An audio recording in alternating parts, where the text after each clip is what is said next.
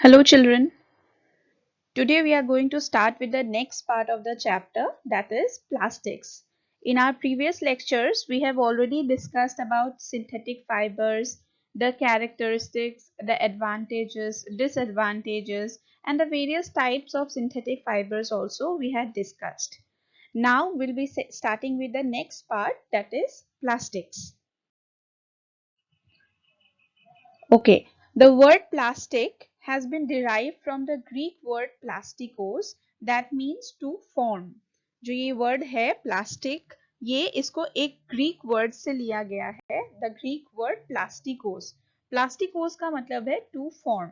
ठीक है, अब जैसे प्लास्टिक जो है उसको हम अलग अलग फॉर्म्स में ला सकते हैं. प्लास्टिक्स जो है उसको हम कन्वर्ट कर सकते हैं into various types of articles. जैसे आप इस पिक्चर में भी देख सकते हो, प्लास्टिक से हम टॉयज बना सकते हैं, प्लास्टिक से हम कंटेनर्स बना सकते हैं, चेयर्स बना सकते हैं, टेबल्स बना सकते हैं. We can make polythene bags out of it. So there are a number of articles that can be made from plastic. So plastic can form various types of articles.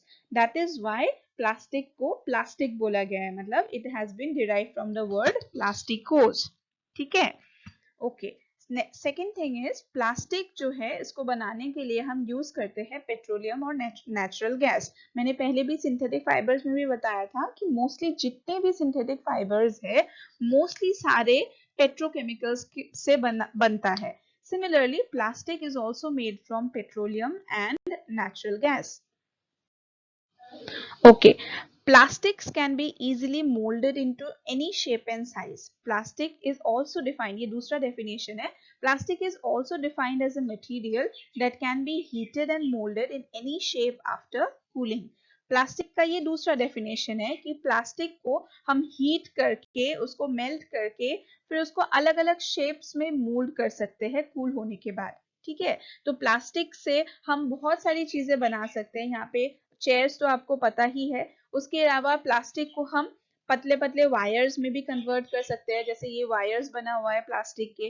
फिर उसके बाद plastic के sheets बना सकते हैं जिससे हम plastic covers बना सकते हैं. We can make file covers etcetera. ठीक है, प्लास्टिक को फिर बहुत सारे कलर्स में भी हम डाई कर सकते हैं. So we obtain various colourful type of articles which are made of plastic. Okay, अब हमें पता है कि जैसे सिंथेटिक फाइबर्स एक पॉलीमर है, हमने पॉलीमर के बारे में पहले पढ़ा था. सिमिलरली प्लास्टिक भी एक पॉलीमर है. ठीक है, और पॉलीमर क्या था? Polymers are large molecules that are made up of very small small units which are known as monomers. ठीक है, अब जो प्लास्टिक पॉलीमर के मोनोमर्स है उसको अलग अलग वे से अरेंज कर सकते हैं. एक अरेंजमेंट ऐसा भी हो सकता है जिसमें सारे मोनोमर्स जो है वो लीनियरली अरेंज्ड है, मतलब एक लाइन में हमने अटैच कर दिया. ठीक है, अब जो दूसरा टाइप ऑफ अरेंजमेंट है it is not a linear arrangement but this is known as a cross linked arrangement. मतलब इसमें बहुत सारे ब्रांचेस है. ये एक लीनियर अरेंजमेंट था, फिर ये दूसरे लीनियर अरेंजमेंट के साथ फिर से कनेक्ट हो गया. So this particular arrangement is known as cross linked arrangement. So because the units of plastic polymer can be arranged in different ways, linear भी हो सकता है, cross link भी हो सकता है, इस वजह से प्लास्टिक के जो शेप्स है वो अलग अलग टाइप्स के हो सकते हैं. Okay, now coming to the types of plastic. Plastic जो है वो मेनली दो टाइप के हैं. एक है थर्मोप्लास्टिक और दूसरा है थर्मोसेटिंग प्लास्टिक. ठीक है, अब देखो बस इसमें क्या है, ये थर्मोप्लास्टिक है और इसमें एक वर्ड एक्स्ट्रा आ गया सेटिंग, थर्मोसेटिंग प्लास्टिक. ठीक है, अब हम देखते हैं आगे कि ये दोनों क्या है. What are thermoplastics and what are thermosetting plastic. Okay, short में अगर हम बोलना चाहे थर्मोप्लास्टिक्स वो होता है जिसको आप रिपीटेडली मेल्ट कर सकते हो. मतलब आपने उसको मेल्ट किया, फिर सॉलिडिफाई किया, फिर मेल्ट किया, फिर सॉलिडिफाई किया. So it can be melted in a repeated fashion. लेकिन जो थर्मोसेटिंग प्लास्टिक थर्मोसेट्स होते हैं उसको अगर आपने उसका शेप जो है उसको अगर आपने एक बार शेप दे दिया उसके बाद उसको आप मेल्ट नहीं कर सकते हो. मतलब ये जो है, ये जो यहाँ पे आप देख सकते हो कुछ पजल के वो है प्लास्टिक यूनिट्स है.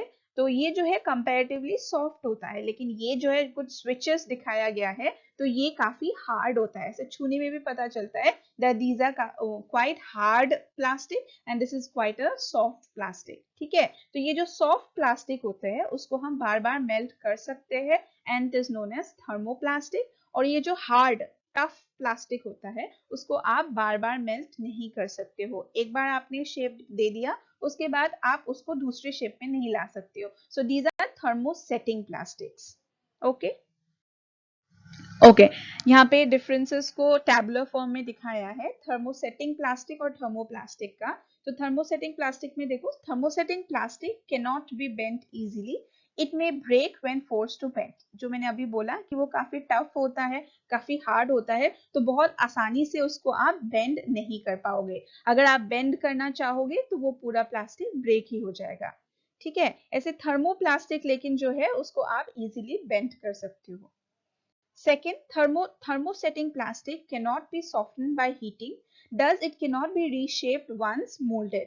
मतलब आपने एक बार शेप दे दिया, फिर उसको मेल्ट करके दोबारा दूसरे शेप में लाना या उसी शेप में लाना, इट इज नॉट पॉसिबल। अगर आप उसको मेल्ट करने की कोशिश करोगे तो फिर वो मेल्ट होके एक ही बार ब्रेक हो जाएगा, it can not regain its original shape. Thermoplastics, on the other hand, they can be softened easily by heating. Thus, it can be reshaped. मतलब आप उसको मेल्ट कर सकते हो और फिर दोबारा से उसको शेप दे सकते हो। See, so these are the differences between thermosetting and thermoplastic, and this is very very important. Tabular form में पूछा जाता है, so आप points लिखोगे और उसके बाद दोनों के examples दोगे। तो हम देखते हैं इसके example क्या है। देखो, पहला जो थर्मोप्लास्टिक्स के एग्जाम्पल है, thermoplastic polytetrafluoroethylene is the first type, polystyrene, PVC, polyvinyl chloride. जो ये पॉलीटेट्राफ्लोरोइथाइलीन, पॉलीस्टाइरीन, ये सब हम इससे हम बनाते हैं, टॉयज हो गया, कॉम्स हो गए, कंटेनर्स हो गया, ये सारी चीजें बनाया जाता है इन इस टाइप ऑफ प्लास्टिक से। जो ये पीवीसी होता है, these are used in making pipes, सुना होगा आप लोगों ने, पीवीसी पाइप्स होते हैं। ठीक है, सो पीवीसी के पाइप्स बनते हैं, जो सैनिटरी पाइप्स होते हैं जो बाथरूम में यूज होता है। So those pipes are made of a special type of plastic which is known as PVC and it is a type of thermoplastic. ठीक है, थर्मोसेटिंग प्लास्टिक के टाइप्स जो है वो है बैकेलाइट और मेलामाइन। बैकेलाइट जो है जो स्विचेस होते हैं आपके घर में, जो इलेक्ट्रिकल स्विचेस होते हैं, जो स्विच बोर्ड होते हैं, उसका जो प्लास्टिक है वो, उसका प्लास्टिक में क्या फर्क है, उसका जो प्लास्टिक है वो काफी हार्ड होता है। ठीक है, so that particular plastic that is used for making switches and switchboard is actually bakelite. ठीक है, और ये जो bakelite है, it is a type of thermosetting plastic. Similarly, जो यूटेंसिल्स के हैंडल्स होते हैं, जैसे सॉसपैन वगैरह के जो हैंडल्स होते हैं, it is made up of again a special type of plastic which is known as bakelite. मतलब ये बैकेलाइट जो है उससे हम स्विचेस बना सकते हैं, उससे हम हैंडल्स बना सकते हैं। ठीक है, ऐसे मेलामाइन के फ्लोर टाइल्स, किचनवेयर, मेलामाइन के क्रॉकरी बनते हैं, यूटेंसिल्स बनते हैं। So melamine is also another type of thermosetting plastic which is use for many household articles. ठीक है, so these are the examples of thermoplastic and thermosetting plastic. तो अगर आपसे पूछा जाए कि आपको थर्मोप्लास्टिक और थर्मोसेटिंग प्लास्टिक के बीच में डिफरेंशिएट करना है तो आप क्या करोगे, आप पहले तो 2 पॉइंट्स लिखोगे जो मैंने अभी इससे पहले वाले स्लाइड में दिखाया था। 2 पॉइंट्स लिखोगे टेबुलर फॉर्म में, फिर उसके अंदर ही थर्मोप्लास्टिक के अंदर ही ये एग्जांपल्स लिख देना, पीवीसी, पॉलीस्टाइरीन वगैरह, और फिर थर्मोसेटिंग प्लास्टिक के अंदर एग्जांपल लिखना बैकेलाइट और melamine. Is it clear? Okay, एक क्वेश्चन है यहाँ पे, क्वेश्चन को देखो। Question is name the plastic that is used for making non stick pans. Non stick pans हो गया, आप लोगों ने देखा होगा कि घर पे बहुत सारे नॉन स्टिक आर्टिकल्स यूज होता है, नॉन स्टिक तवा हो गया, नॉन स्टिक कढ़ाई हो गया। जो ये नॉन स्टिक कुकवेयर होता है उसमें एक स्पेशल कोटिंग होता है इस पे।